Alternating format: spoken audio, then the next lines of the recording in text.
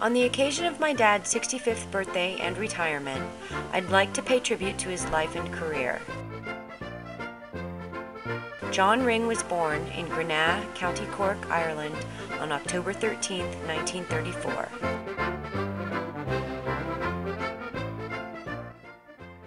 John is the eldest of 6 kids born to Ger and Mary Ring. My dad left his parents' farm and his 5 brothers and sisters when he was young to go live with his grandparents 30 miles away. About the age 10 or 11, in order to study the Irish language, that was one of the reasons. I went to live with my grandmother and grandfather for about 3 years to a place called Grenagh. Grenagh is an area of Ireland which is specially dedicated to preserving the Gaelic language and culture. My dad earned a special recognition for his mastery of the Gaelic language at the Grenagh School. Dad also had a passion for the Irish sport of hurling, and Christy Ring, the greatest hurler of all, was his idol. In our parish at the time, hurling was more popular than football, so I've been very actively involved in playing the hurling and football. Well, every week, playing neighbouring parishes and clubs and championship games and so on. We won some championships in the county junior hurling championship medals and minor championship medals in hurling. As the family grew up, Dad and his brothers and sisters were beginning to identify their paths in life. Each of the Ring siblings were finding mates and jobs.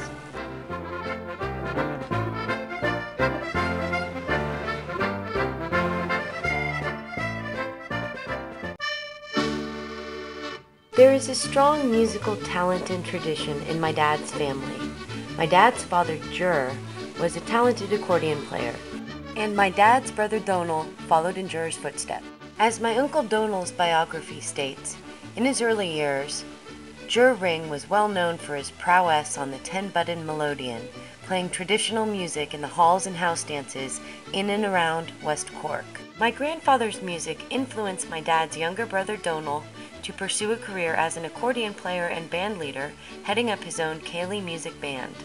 My dad's other 2 brothers, Ger and Michael, also played in the Donal Ring band for many years, with Ger on bass and Michael playing accordion.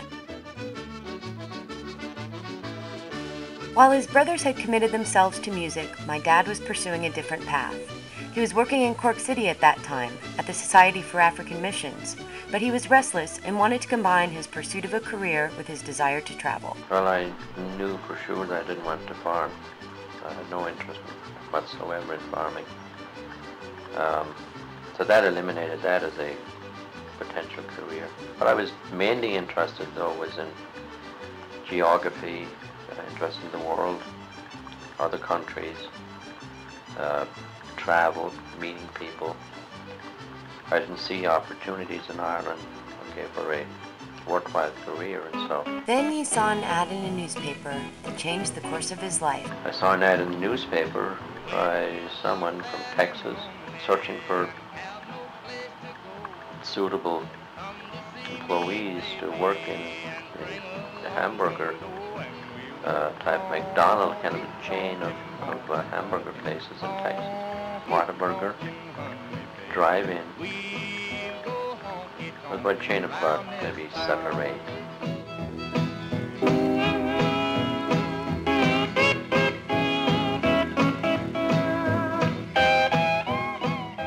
Whataburger paid for my dad's passage to the U.S., and Dad paid back this debt within a year. Then he was off to California, where his Aunt Hanny and Uncle Bat lived in San Mateo, in the San Francisco Bay Area. My dad's Aunt Hanny was his mother's sister, and my dad lived with her and her husband Bat while getting situated in California. His first job in San Francisco was at the Metropolitan Insurance Company on Stockton Street. Well, usually on a weekend, I was 23 then, 24. It would be to come to San Francisco. I had a little car and drive into San Francisco, go out to a beach chalet area of Golden Gate Park. There's a playing grounds there, a field, and play hurling and football, mainly hurling. Then either on a Saturday night or Sunday night there would be dances in the city of San Francisco. at the KRB, they called it the Knights of the Red Branch. And so the thing to do for me and for other Irish people, a lot of them, was to go to the dance that night and, dance, have a few drinks, and enjoy yourself. And the KRB dance hall is where my dad met my mom. My mother, Catherine, was also from Cork, Ireland. Like my father, she had also left her entire family back in Ireland when she emigrated. So when they decided to get married, they also decided to move back to Ireland after the wedding to start their new life closer to their respective families. On June 30th, 1962, my parents were married at St. James Church in San Francisco. My dad's good friend Tommy Hennigan served as the best man.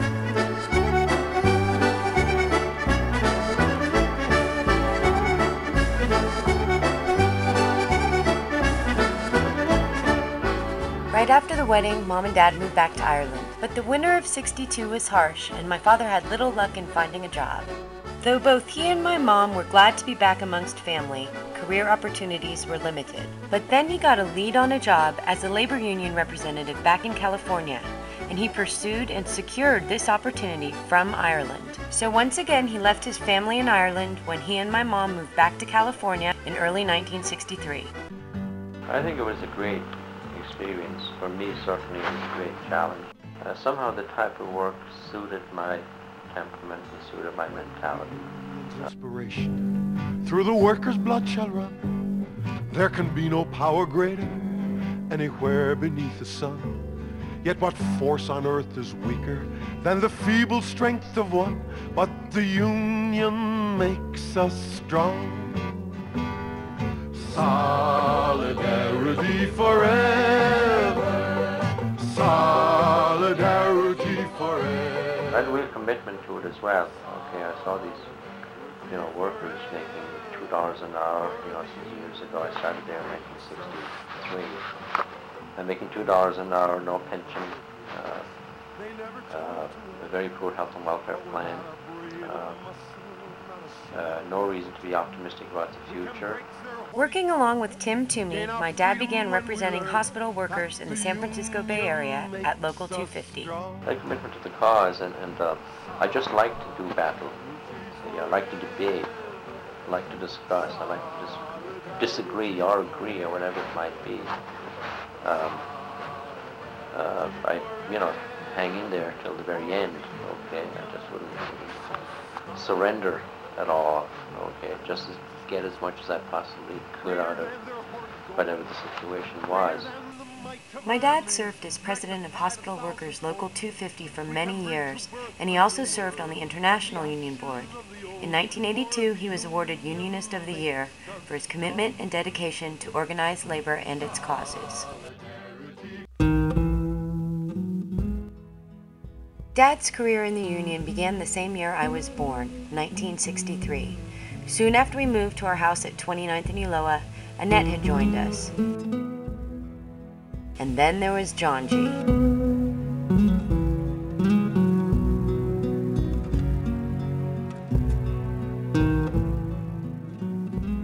As long as I can remember, we've had visitors from Ireland from both my dad's and mom's sides of the family. Nana Ring, my dad's mother, came out to visit with my Uncle Michael in the early 1970s. My dad's father, Jer, came out to visit a few years later.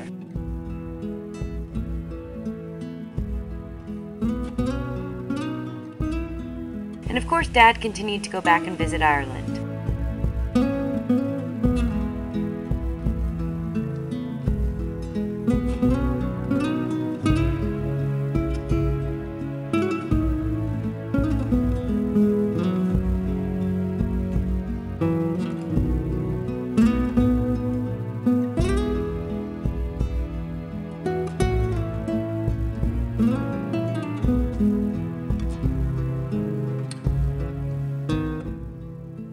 Throughout the years, his brother Donald's band continued to thrive and grew to include Donald's sons and daughters from my generation.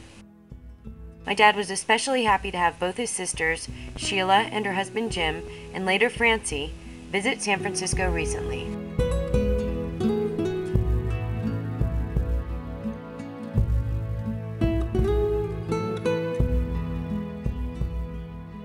As the years went by, Annette, John, and I grew up at the house my parents bought in the Sunset District in San Francisco.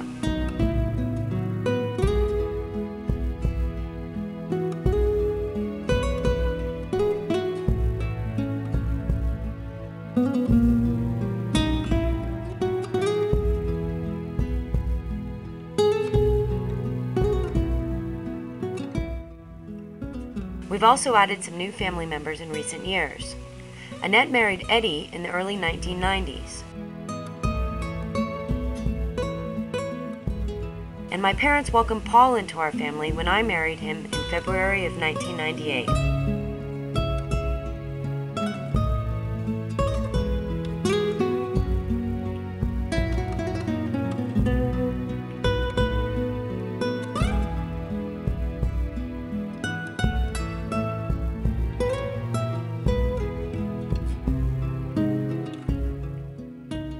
My dad now has a favorite partner when we go out for our traditional family billiards games.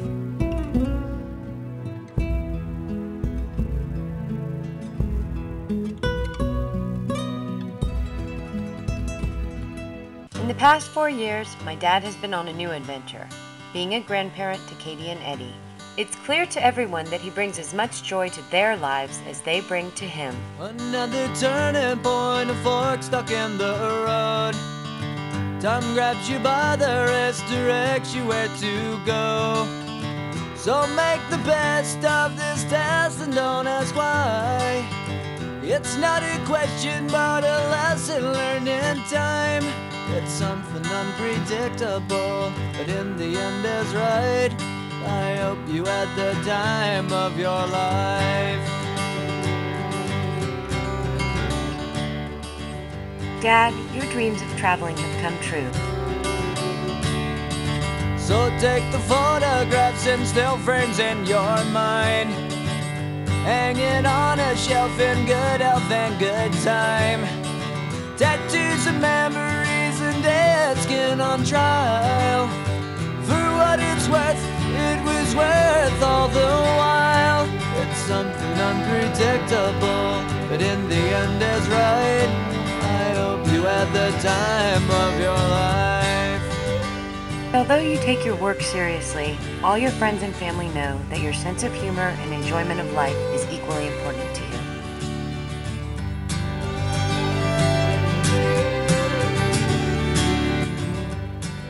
You're a man who's always been perseverant about both his work and his leisure.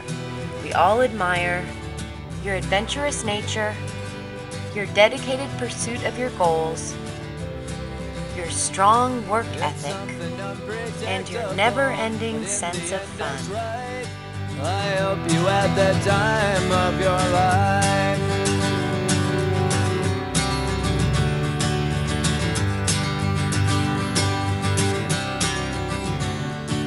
It's something unpredictable. So as you retire, we want to tell you that we love you and wish you many years of laughter and relaxation ahead. A new adventure has just begun.